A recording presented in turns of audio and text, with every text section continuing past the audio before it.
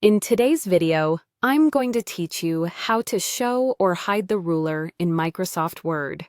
The ruler is the measurement guide across the top of your page that helps you line up text, tabs, and objects and understand margins and indents at a glance.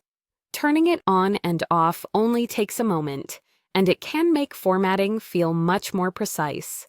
First, open your document in Microsoft Word. It can be a new blank document or one you're already working on. With the document open, look to the top of the window at the ribbon, the row of tabs that control different tools. Click the View tab to switch to the set of options that affect how your document appears on screen.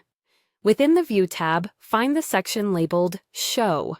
In this area, you'll see a checkbox called Ruler.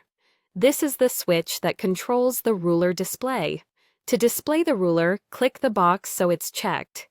As soon as you do, a ruler appears along the top of your document workspace, and, depending on your layout, you may also see a vertical ruler along the left. That's normal. It simply gives you a visual frame of reference. With the ruler visible, it's easier to judge spacing, align elements more precisely, and keep an eye on your page margins while you work. If you prefer a cleaner, distraction-free view, you can hide the ruler just as easily. Click the same ruler box again to remove the check. The ruler disappears immediately, giving you more screen space for your text. Nothing in your document content changes when you toggle this. It only affects what you see while editing. A quick note about what this setting does and does not do. Turning the ruler on or off doesn't alter your actual margins, indents, or tab stops.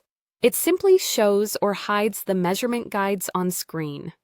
Also, Word usually remembers your choice, so the next time you open a document on the same computer, the ruler will appear or stay hidden based on how you last left it. That's all there is to it. Open your document, go to the View tab, and use the ruler checkbox in the Show group to turn the ruler on or off whenever you need. Try leaving it on when you're designing or formatting, and turning it off when you're just reading and proofreading. Thanks for watching. If this helped, feel free to continue to the next tutorial for more quick tips on working efficiently in Word.